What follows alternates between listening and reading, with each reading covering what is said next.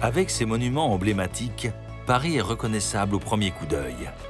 Mais malgré sa renommée internationale, la ville lumière préserve bien des mystères.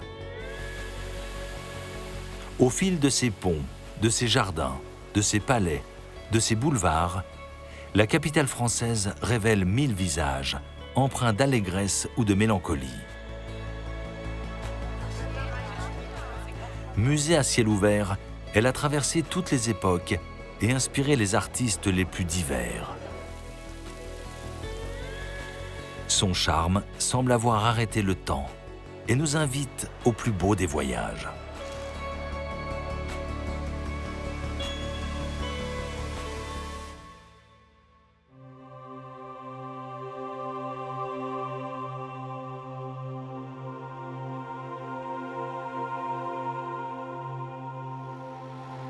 Le métro aérien du pont de Bir Hakeim offre l'une des images familières de Paris. Le viaduc a succédé à une passerelle piétonne construite ici pour l'exposition universelle de 1878. Du métro, le point de vue sur la tour Eiffel est imprenable.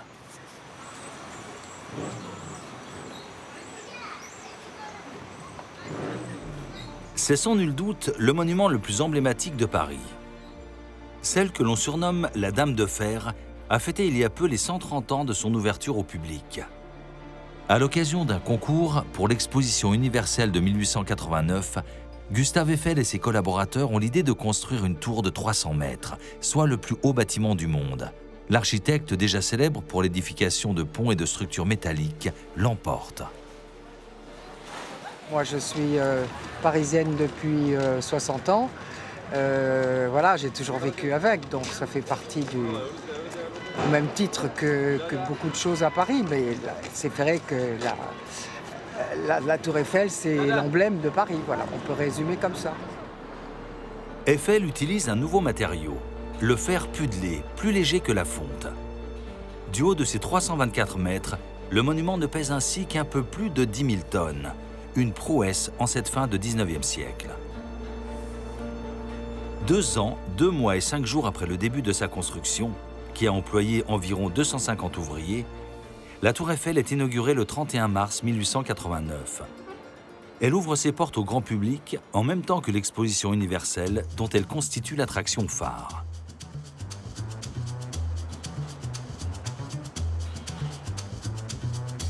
Dès son ouverture, les visiteurs peuvent accéder aux étages du monument en empruntant des ascenseurs. C'est une véritable prouesse technique pour l'époque, puisque jamais auparavant, les contraintes de telle hauteur et de telle charge n'avaient été abordées. Les ascenseurs offrent à des centaines de milliers de visiteurs la possibilité de s'élever en toute sécurité pour contempler tout Paris. Au 3e étage de la tour, Gustave Eiffel avait aménagé un immense bureau de 100 mètres carrés. Il n'en subsiste aujourd'hui qu'une petite partie qui a été reconstituée. Face à la tour, de l'autre côté de la Seine, s'étire l'esplanade du Trocadéro, créée en même temps que les 2 ailes du colossal palais de Chaillot.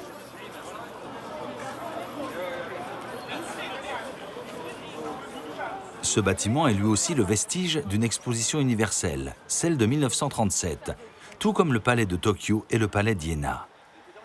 Tous accueillent aujourd'hui des expositions et des événements culturels.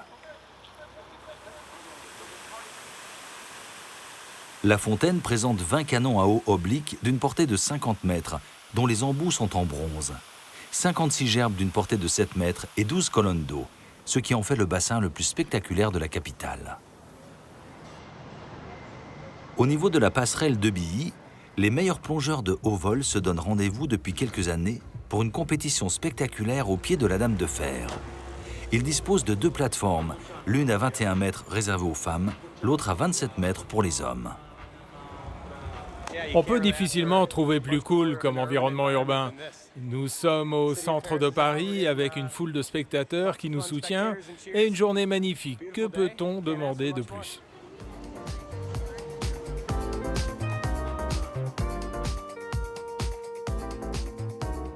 On plonge dans la Seine quasiment depuis la hauteur du toit d'un immeuble parisien.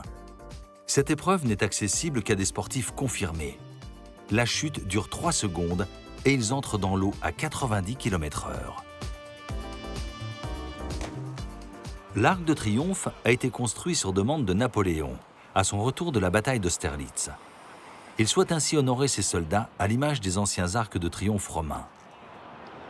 En général, je pars de la place de l'Étoile et je peux aller jusqu'au Palais de l'Élysée, voir plus loin, le Louvre, et puis Saint-Germain-des-Prés. Enfin voilà, il y a le Marais, à Paris, il y a une découverte de monuments historiques, d'architecture qui sont juste fantastiques et très très agréables. Les Champs-Élysées s'embellissent au fil des années pour être toujours considérés comme la plus belle avenue du monde. La fête nationale du 14 juillet est célébrée au sol par un défilé militaire sur les Champs-Élysées et dans les airs par une parade de la flotte aérienne. L'Airbus A400M Atlas est un avion de transport de nouvelle génération, capable d'emmener des charges très lourdes telles que des chars.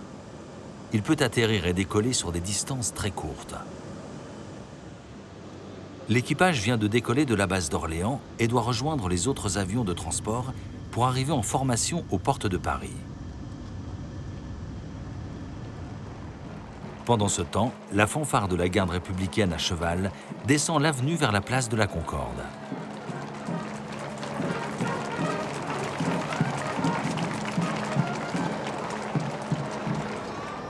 Traditionnellement, c'est la patrouille de France à bord des Alpha Jets qui ouvre le défilé. Après s'être alignés au-dessus du quartier d'affaires de la Défense, ils vont survoler l'Arc de Triomphe puis les Champs-Élysées.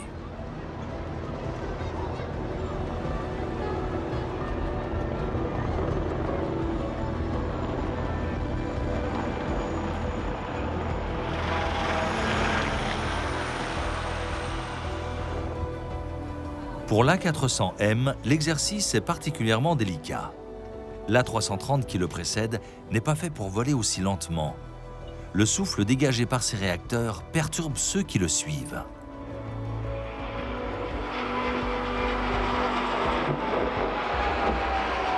C'est déjà une grande fierté de participer parce que tous les pilotes ne participent pas au 14 juillet dans leur carrière. Ça représente, en fait, on est en quelque sorte choisi pour représenter la précision, la rigueur et représenter l'appareil qui est extraordinaire pendant le défilé militaire, ce qui permet de montrer un peu au grand public ainsi qu'à nos familles accessoirement avec une grande fierté qu'on a un des meilleurs avions de transport du monde, voire le meilleur.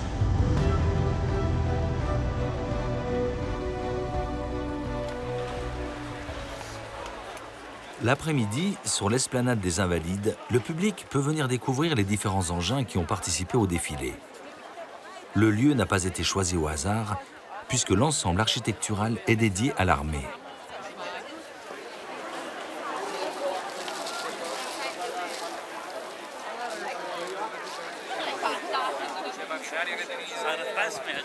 L'Hôtel des Invalides est un site historique connu dans le monde entier, créé par Louis XIV, repris par Napoléon qui y accueille ses vieux grognards. La mission originelle perdure depuis plus de 350 ans. Depuis 3 siècles et demi, nous accueillons ici, aux Invalides, des vieux soldats.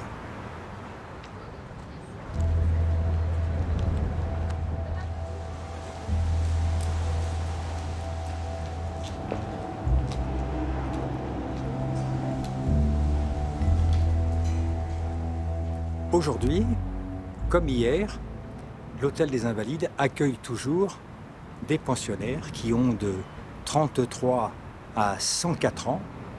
Les plus jeunes sont des blessés des dernières campagnes en Afghanistan, par exemple. Les plus anciens sont les derniers de la guerre de 40. Le dernier à avoir débarqué le 6 juin 1944 à Utah Beach habite ici. La cathédrale Saint-Louis des Invalides accueillait aussi bien le roi que les soldats, même s'ils n'entraient pas par les mêmes accès. Sous la voûte de l'église figurent des drapeaux et des bannières aux effigies diverses. Ce sont des trophées de guerre ayant appartenu aux ennemis de la France à travers l'histoire. Le dôme des Invalides est resté le bâtiment le plus élevé de Paris jusqu'à l'arrivée de la Tour Eiffel. Les nombreuses dorures rappellent le roi Soleil, qui en a ordonné la construction. En 1840, le roi Louis-Philippe décide du transfert de la dépouille de Napoléon aux Invalides. L'architecte Visconti doit effectuer d'importants travaux d'excavation pour accueillir le tombeau impérial sous le dôme. Le corps de Napoléon y est finalement déposé le 2 avril 1861.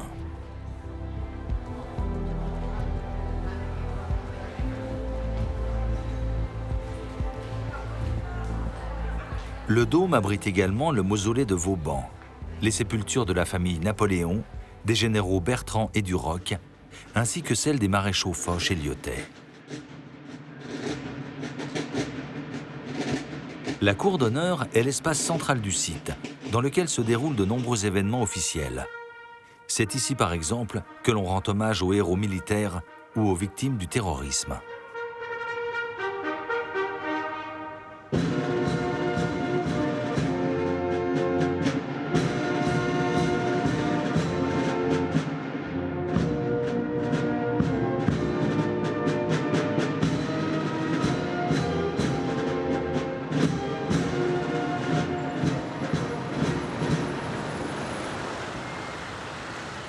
Le pont Alexandre III est sans doute le plus majestueux de tous les ponts parisiens.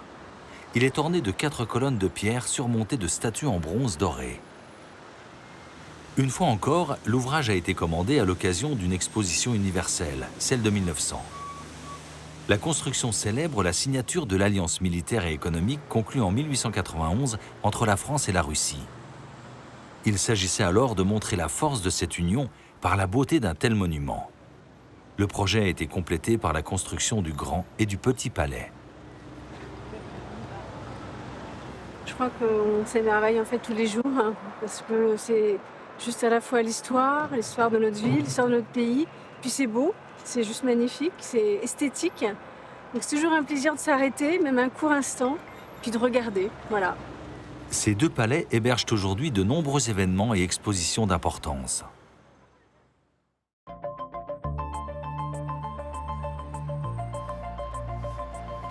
À quelques battements d'ailes de là, la place de la Concorde s'étend sur 7,5 hectares. C'est la plus grande place de Paris. L'obélisque, implanté en son cœur, est un cadeau de l'Égypte en l'honneur du déchiffrement des hiéroglyphes par Jean-François Champollion en 1822. Initialement nommé place Louis XV, lors de son inauguration en 1772, le site a subi de nombreux changements au fil des années. Au début du XIXe siècle, l'architecte Hittorf l'a agrémenté de 2 fontaines, qui sont parmi les premières à être réalisées en fonte de fer. Il y élève aussi des colonnes rostrales et de monumentaux lampadaires. Je suis toujours aussi émerveillé de voir ces beaux monuments. Et la question que je me pose, c'est de me dire comment auparavant ils avaient cette technicité pour faire des œuvres d'art. Enfin, pour moi, ce sont des œuvres d'art. Au moment de la conception de la place, l'architecte Gabriel avait prévu 2 palais jumeaux aux façades de style classique, de part et d'autre de la rue Royale. Dans celui qui est connu aujourd'hui comme l'Hôtel de la Marine, a été installé le garde-meuble royal, une institution en charge de l'aménagement des résidences royales et de l'entretien de leur mobilier. Plusieurs salons abritent encore aujourd'hui des meubles d'époque, témoignage exceptionnel d'un temps révolu.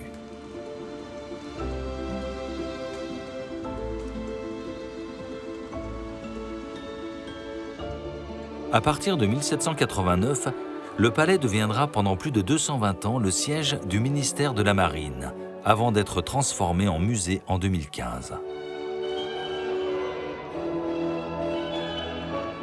L'association Carnet de bal a trouvé en ces lieux un décor unique pour recréer l'atmosphère des grands bals du XIXe siècle.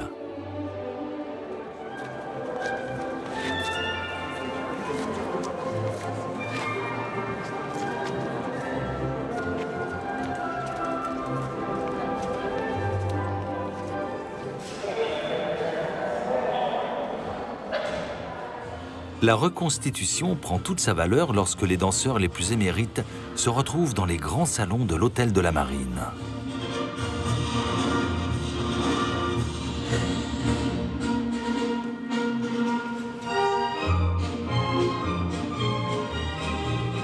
c'est la danse d'abord, l'histoire avec un lieu qui a été restauré il y a quelques années, qui est en état de conservation assez magnifique. Il y a aussi tout le plaisir de porter du costume historique et donc de pouvoir sentir pendant quelques heures transporté en 1880.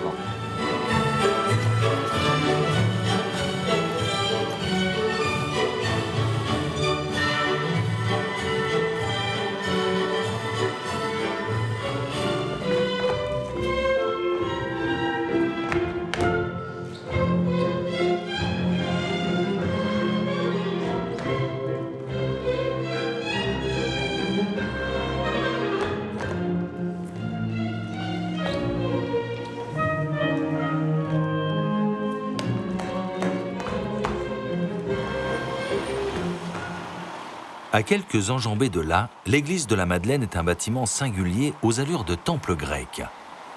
Seul son fronton, dédié à la Sainte et représentant le jugement dernier, rappelle sa vocation catholique.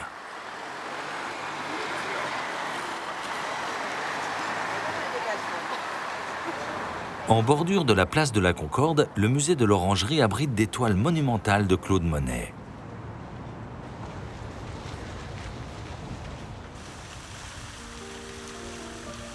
Le jardin des Tuileries s'étend de la Concorde au Palais du Louvre et chaque époque l'a imprégné de son style. On peut ainsi y admirer les œuvres de grands sculpteurs du XVIIe siècle à nos jours, comme Auguste Rodin, Jean Dubuffet ou encore Louise Bourgeois.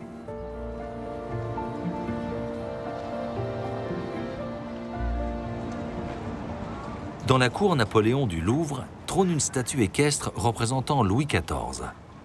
C'est une copie en plomb d'une œuvre sculptée à l'origine en marbre par le Bernin.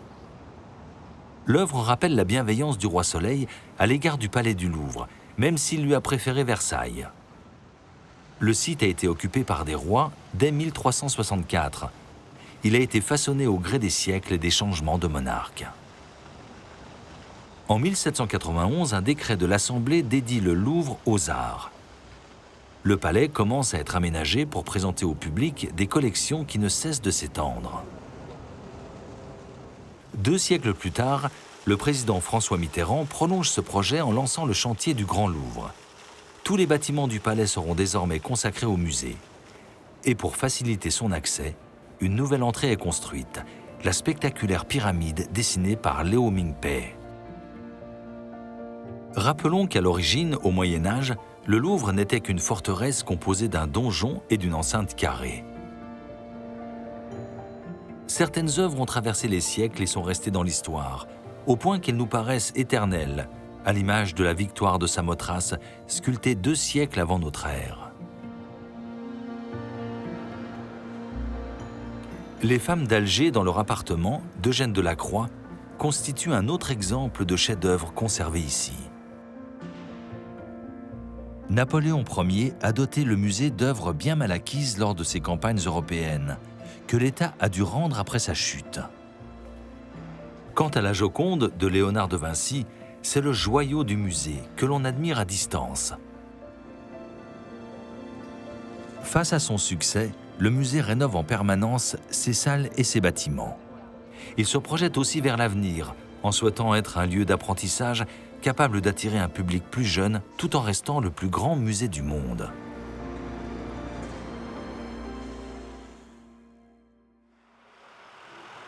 Dans l'est de la capitale, le cimetière du Père-Lachaise est devenu l'un des plus célèbres au monde car de nombreuses personnalités y sont enterrées. Aujourd'hui, environ 70 000 tombes occupent les 44 hectares du domaine autour de la colline de Charonne.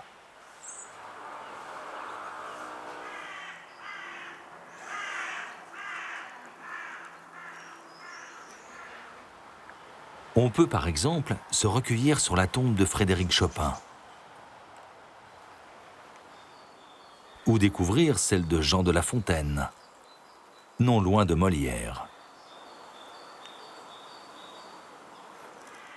Sans oublier la plus visitée, celle de Jim Morrison, le chanteur des Doors, décédé en 1971. On y trouve aussi des caveaux extravagants, singuliers, témoins d'une époque où les tombes se devaient d'être à la hauteur du prestige de leur occupant.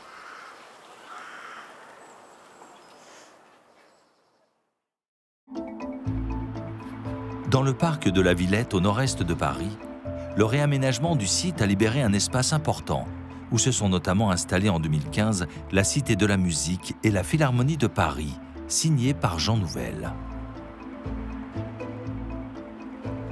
La Cité des Sciences et de l'Industrie y a ouvert ses portes en 1986. Elle est spécialisée dans la diffusion de la culture scientifique et technique.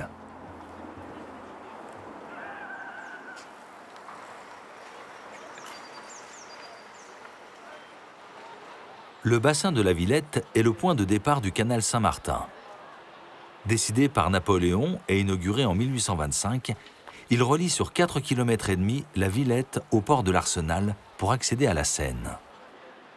Il devait permettre de résoudre les problèmes d'alimentation en eau de la capitale et encourager le transport de marchandises.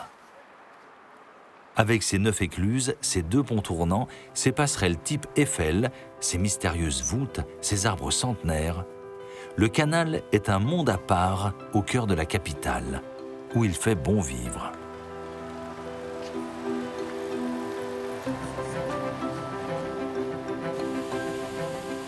Les écluses fonctionnent toujours pour la navigation de plaisance. Il faut juste être patient.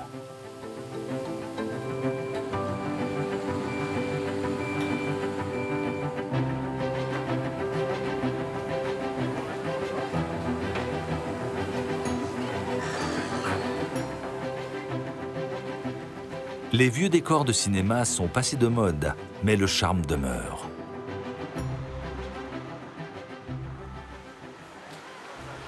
Le canal s'écoule non loin de la place de la République, autrefois recouverte de vignes et de potagers. Elle devait aussi accueillir un arc de triomphe qui n'a finalement jamais abouti.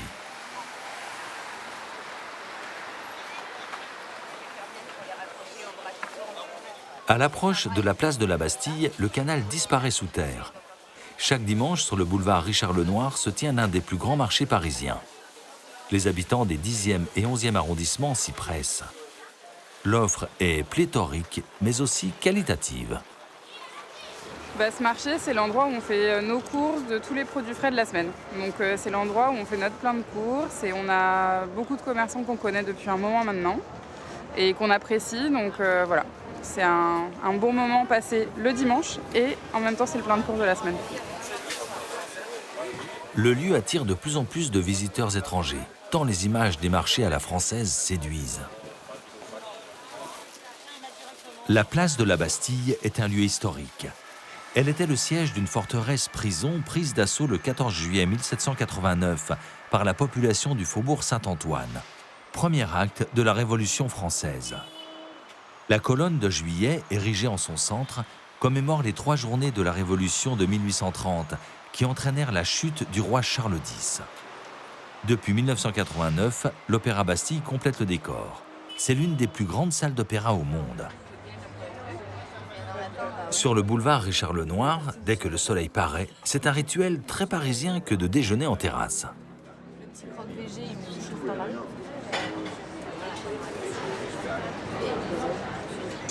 Là, ça y est, ça fait quelques jours que c'est le printemps et dès que le soleil apparaît à Paris, on a toujours très hâte de se précipiter en terrasse pour manger ou boire un coup.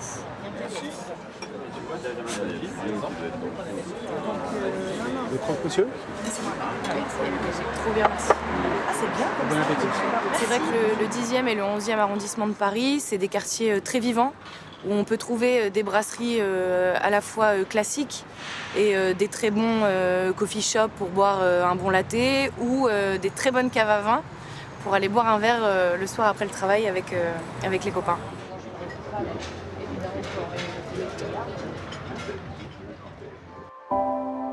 De l'autre côté de la place de la Bastille, le canal Saint-Martin ressurgit dans le port de l'Arsenal et permet de rejoindre la Seine. C'était autrefois un port de marchandises, devenu depuis 1983 un port de plaisance. Il dispose de 177 postes d'amarrage. Certains vivent à l'année sur leur péniche.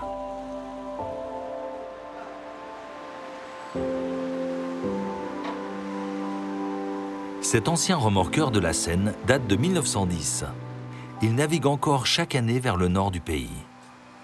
Les contraintes sont les contraintes d'un bateau, c'est-à-dire la vie normal au niveau des salles de bain, au niveau de tout ce qui est pratique.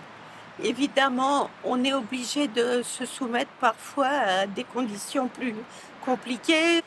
Par contre, on est beaucoup plus près de la nature, donc ça fait disparaître tous ces inconvénients.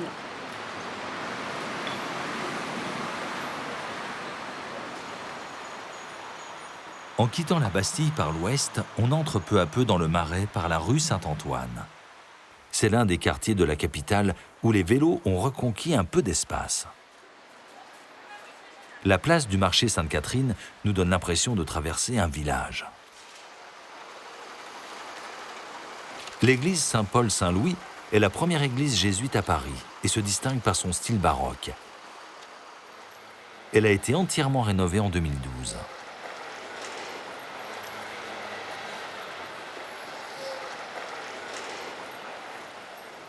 La rue de Birague donne accès à l'un des lieux les plus iconiques du Marais, la place des Vosges. Initialement dédiée à Henri IV, cette place est l'une des plus anciennes de Paris. Un édit royal, pris au XVIIe siècle, impose cette architecture ordonnancée, à savoir l'unité de la composition des bâtiments et la hauteur uniforme, à l'exception des pavillons du roi et de la reine, plus élevés que les autres. La place est bordée de 27 hôtels particuliers. Victor Hugo a vécu dans l'un d'entre eux pendant 16 ans. Le Marais est un lieu de construction privilégié par la noblesse. Dans les années 1620, les chantiers de grands hôtels particuliers se multiplient. Celui de l'hôtel de Sully s'inscrit aussi dans la période d'apogée des constructions monumentales du quartier.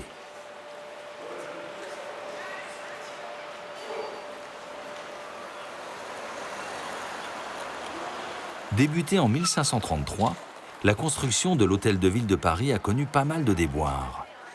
Il sera complètement détruit par un incendie en 1871, puis entièrement reconstruit en 1882.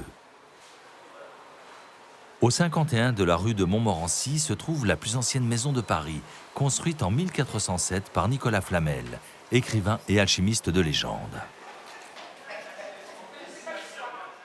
L'hôtel de Soubise, dont les bases datent de 1371, alors hôtel de Clisson, héberge aujourd'hui le musée des Archives nationales, qui expose au public des documents particuliers conservés par l'institution. À proximité, un incontournable du Marais depuis 1637. Le Crédit municipal prend en gage des biens, dont 85% sont des bijoux, contre un prêt correspondant à la valeur de l'objet aux enchères.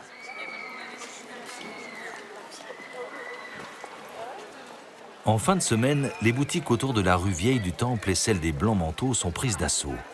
Ces lieux à la mode attirent beaucoup de monde.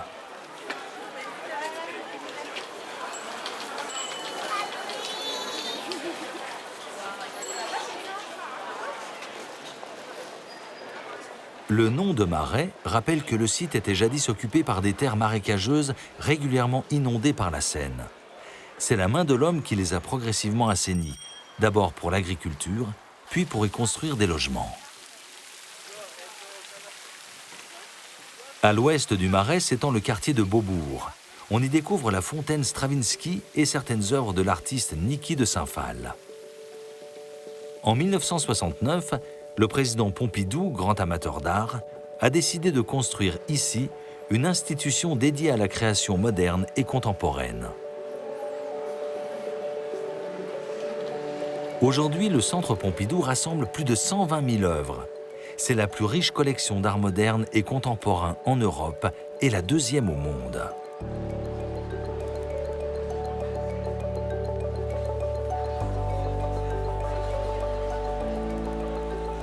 À proximité, les anciennes halles de Paris ont laissé la place à un immense centre commercial. Sur 75 000 mètres carrés, le Forum des Halles réunit plus de 120 boutiques. Sur la même esplanade, les premières traces de l'église Saint-Eustache remontent au début du XIIIe siècle, lorsqu'elle n'était alors qu'une simple chapelle. La première pierre de l'édifice actuel fut posée le 19 août 1532.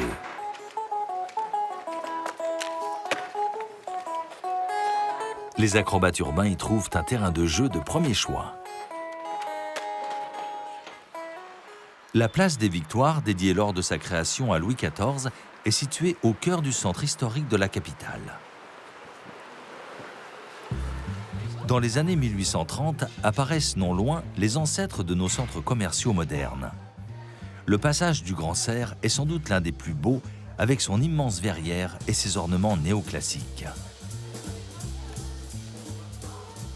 Cet ensemble de bâtiments historiques correspond à l'ancien prieuré Saint-Martin-des-Champs.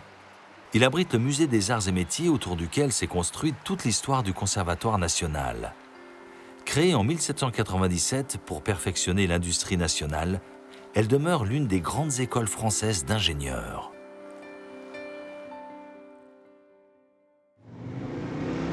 Dans le cadre des immenses chantiers lancés par le baron Haussmann, Napoléon III avait exigé l'édification d'un nouvel opéra. À la suite d'un concours, c'est le projet de l'architecte Charles Garnier qui est retenu.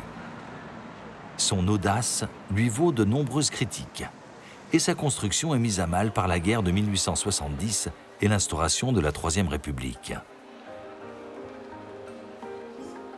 Son inauguration en 1875 est un soulagement pour beaucoup et un choc pour les Parisiens qui découvrent le plus grand théâtre du monde à cette époque. Tout y est hors norme et gigantesque. 11 000 mètres carrés ornés de marbre et de dorures, et parés de statues réalisées pour tous les grands artistes du moment. La salle est assez classique, avec 4 balcons et une jauge de près de 2000 places. En 1964, le plafond est décoré par le peintre Marc Chagall.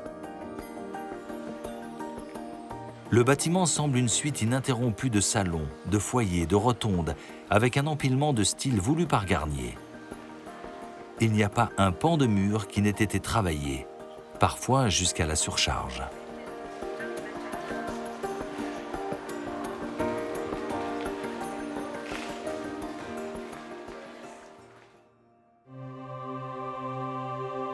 La colonne Vendôme a été érigée sur ordre de Napoléon en 1810 pour commémorer la bataille d'Austerlitz. La place qu'il abrite est considérée comme l'une des plus luxueuses du monde.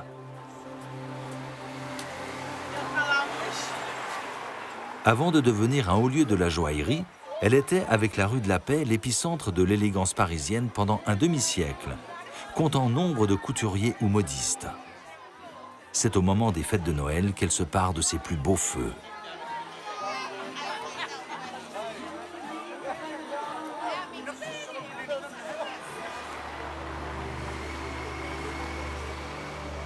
L'avenue des Champs-Élysées célèbre elle aussi Noël avec faste.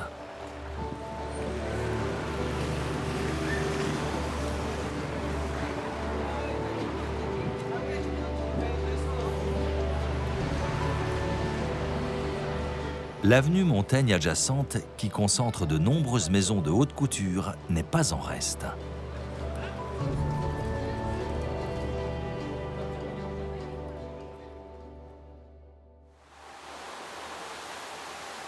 Paris se découvre aussi en naviguant sur le fleuve qui traverse la capitale. 37 ponts et passerelles enjambent la Seine, témoins pour la plupart du patrimoine historique de la ville.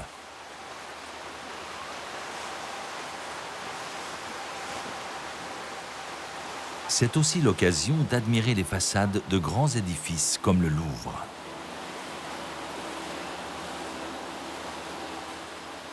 Avec ses 9 arches en fonte, le pont des Arts est devenu en 1804 le premier pont métallique de Paris.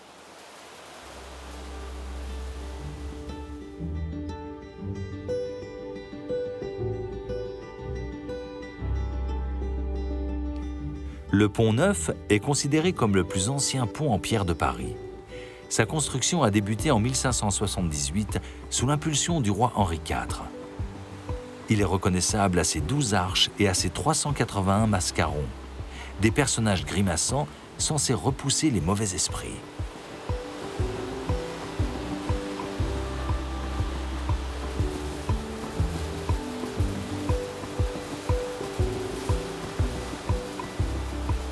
L'île Saint-Louis était autrefois composée d'une prairie, l'île aux Vaches, et de l'île dite Notre-Dame. Le chenal qui séparait ces deux îles a été comblé en 1614. Afin de garantir la stabilité de la zone, une vaste opération d'urbanisation a engendré la construction de nombreux hôtels particuliers que l'on peut encore admirer aujourd'hui. Sur l'île voisine de la cité, la cathédrale Notre-Dame est plus qu'un symbole de la capitale. C'est l'une des icônes du pays. On a pu le constater après l'incendie de 2019, lorsque la flèche et les 2 tiers de la toiture se sont effondrés. S'en est suivie une mobilisation sans précédent pour sa reconstruction.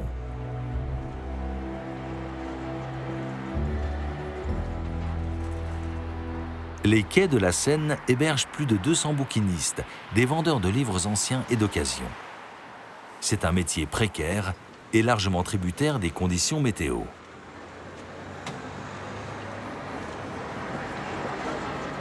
Être bouquiniste en 2023, c'est lutter contre les plateformes internet avec nos bouquins ou nos gravures. C'est dehors par tous les temps, c'est une conception de vie aussi puisque on nous appelle les paysans de Paris. Donc on vit avec la météo et avec les saisons.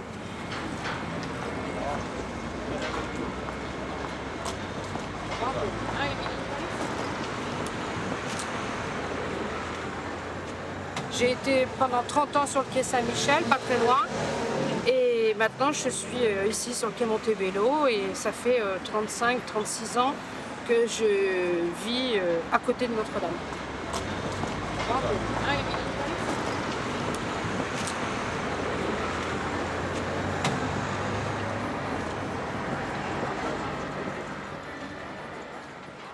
Nous sommes à présent dans le 6e arrondissement, légèrement au sud de la Seine. C'est ici que siège le Sénat, au Palais du Luxembourg. Le bâtiment a été construit au début du XVIIe siècle, à la demande de Marie de Médicis.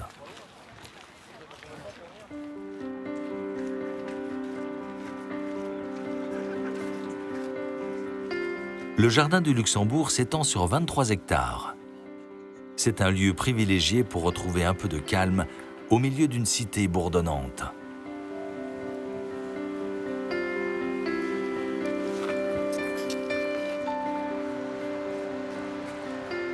Au-delà des jardins parfaitement entretenus, on recense pas moins de 106 statues à travers le parc, sans oublier 2 fontaines. La fontaine Médicis est l'un des éléments décoratifs les plus importants du jardin. C'est à la veuve d'Henri IV, Marie de Médicis, que l'on doit ce beau morceau d'architecture, dénommé alors Grotte du Luxembourg.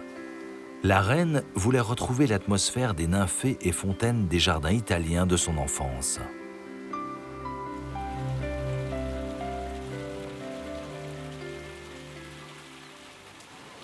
Le jardin accueille aussi de nombreuses activités sportives. On y vient pour courir, jouer au tennis, aux échecs, mais également assister à un spectacle de marionnettes.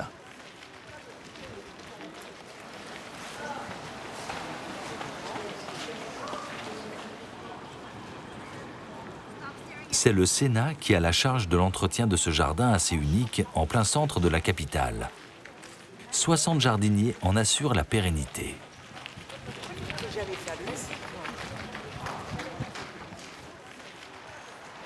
Plus bas sur le boulevard Saint-Germain, l'église Saint-Germain-des-Prés représente une impressionnante page d'histoire.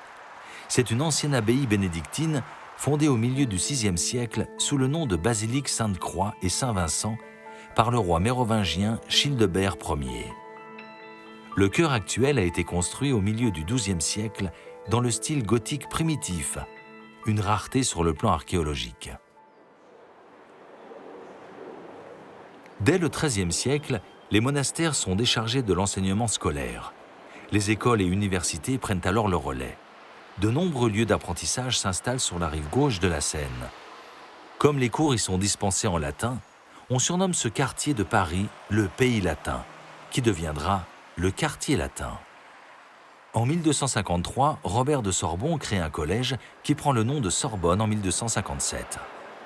Moi, je suis arrivée pour mes études à Paris et c'est vrai que ce qui me marque en premier, c'est les bâtiments, des bâtiments historiques magnifiques et dans lesquels on a la chance d'étudier. Et je pense qu'il n'y a pas beaucoup d'autres endroits comme ça où c'est possible.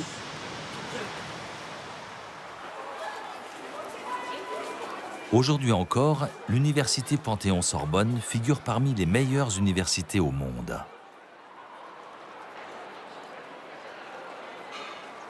À quelques pas de là, au cœur du quartier latin, le Panthéon a été érigé sur les fondations d'une ancienne église. C'est aujourd'hui un temple laïque rendant hommage aux grands personnages de la nation. L'origine de ce monument provient du roi Louis XV, désireux d'élever une église en l'honneur de Sainte Geneviève pour la remercier de s'être rétablie d'une longue maladie. Mais le Panthéon n'est achevé qu'en 1791 après la Révolution. Il est alors utilisé comme un temple destiné à recevoir les cendres des grands hommes, tels Voltaire, son premier occupant. En 1806, Napoléon le restitue à l'Église catholique. L'empereur conserve néanmoins la crypte comme panthéon national et y honore les grands serviteurs de son régime.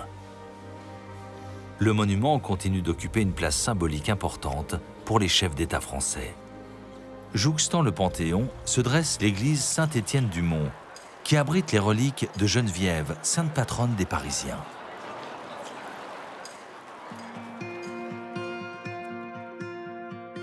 Le sud-ouest de la capitale est dominé par la tour Montparnasse, qui est le plus haut gratte-ciel de Paris intramuros.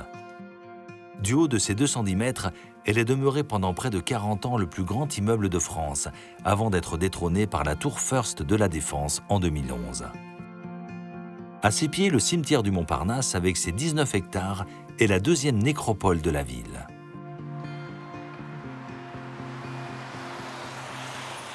Un peu plus loin sur le boulevard, la Coupole est un bel exemple d'un concept de restauration parisienne, la brasserie. Si à l'origine on y venait pour boire de la bière, elle fait partie depuis du paysage gastronomique de Paris.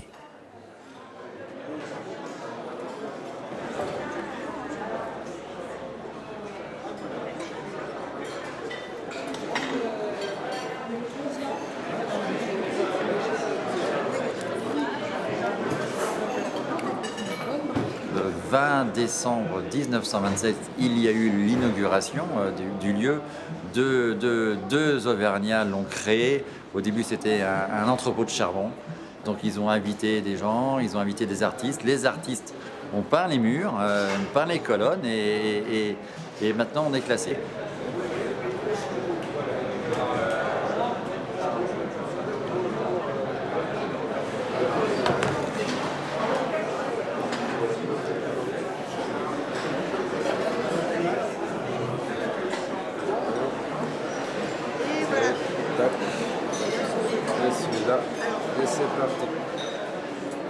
La brasserie, qu'est-ce que c'est finalement? C'est un lieu mythique, c'est un lieu où on a un service non-stop, du midi, du soir, du service continu. C'est un lieu d'échange, c'est un lieu où on rencontre beaucoup de gens, c'est un lieu où tout le monde se mélange. Avec près de 400 couverts servis pour le déjeuner et parfois sur l'ensemble d'une journée plus de 1200 couverts, le mythe n'est pas près de disparaître.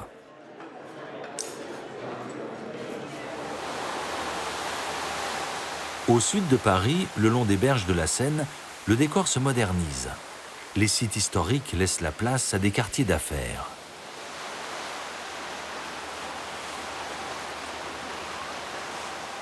Ce sont des bâtiments plus contemporains qui animent les quais, comme la Cité de la mode et du design, où est notamment installé l'Institut français de la mode. Sur l'autre berge, c'est Bercy, le ministère de l'économie et des finances.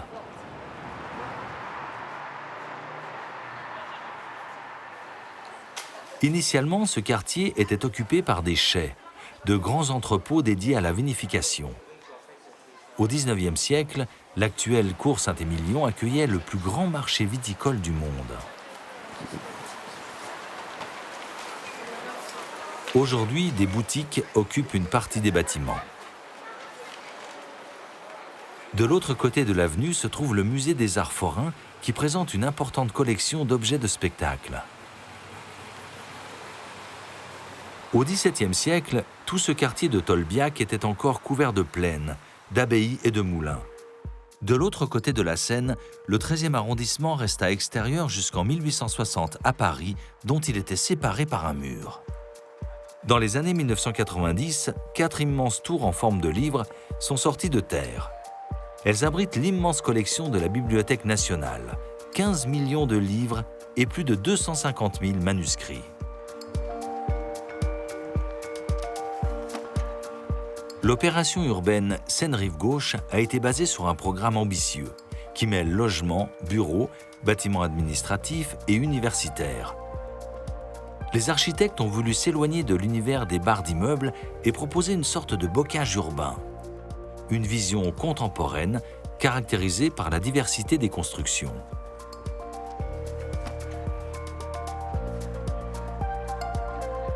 En bordure du boulevard périphérique, les tours du haut bousculent par leur esthétique audacieuse l'idée que l'on se fait des gratte-ciels. Elles viennent clôturer les grands chantiers du 13e arrondissement.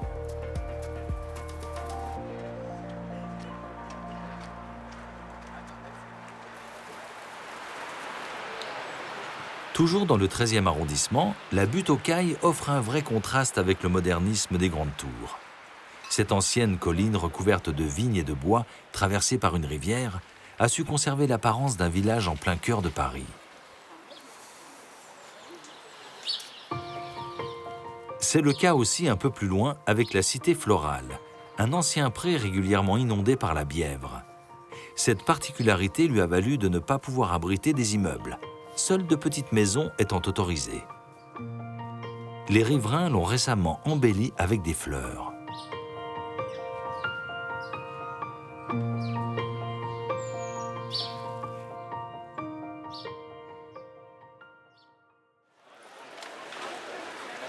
Nous terminons notre promenade parisienne par un grand saut vers le nord, sur la butte Montmartre.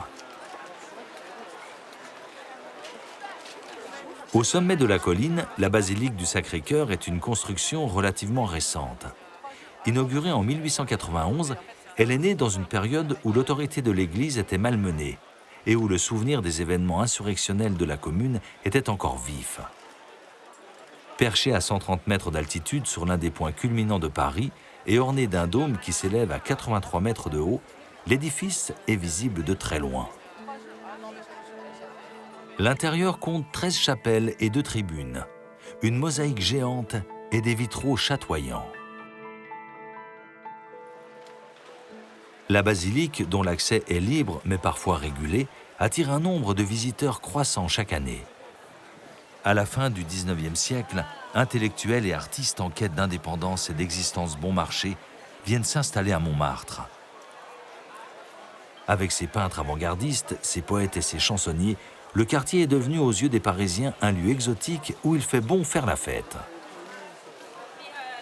Cet héritage artistique survit aujourd'hui sur la place du Tertre, où peintres et caricaturistes continuent à exécuter des portraits.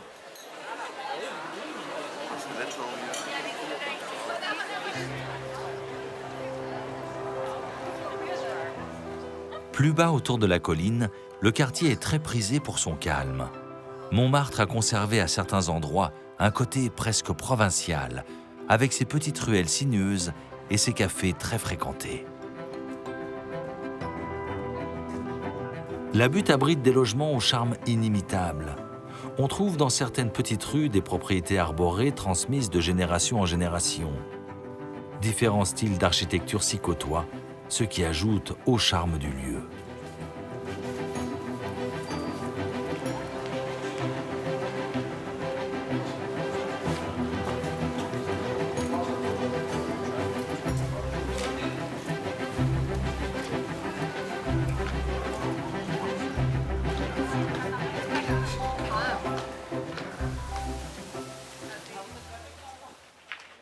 Dissimulé par une haie d'arbres, le club Le Pic à Besse Pétanque, ou CLAP, est un lieu hors du temps. Dans ce petit parc, plus de 260 membres s'adonnent à un sport national, la pétanque.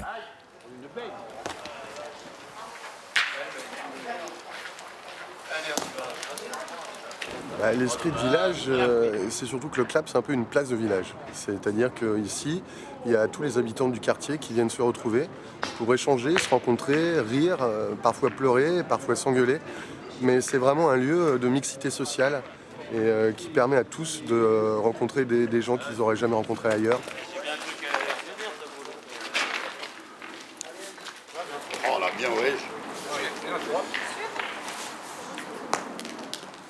Cet espace magique et privilégié est aujourd'hui menacé par l'appétit incongru de promoteurs immobiliers.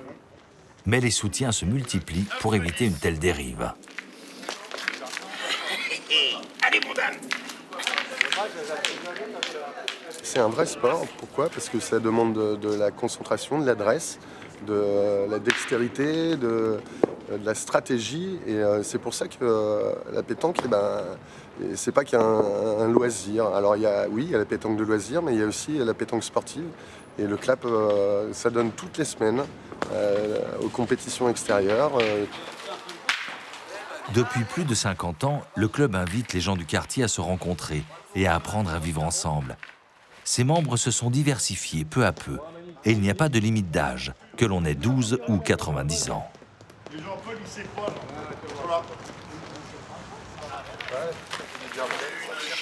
Ça me met en joie. Mais en joie.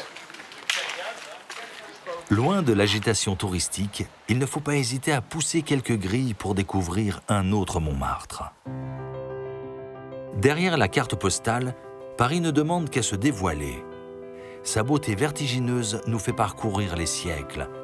Mais son histoire s'écrit aussi au présent, et son bouillonnement culturel ne cesse de l'animer.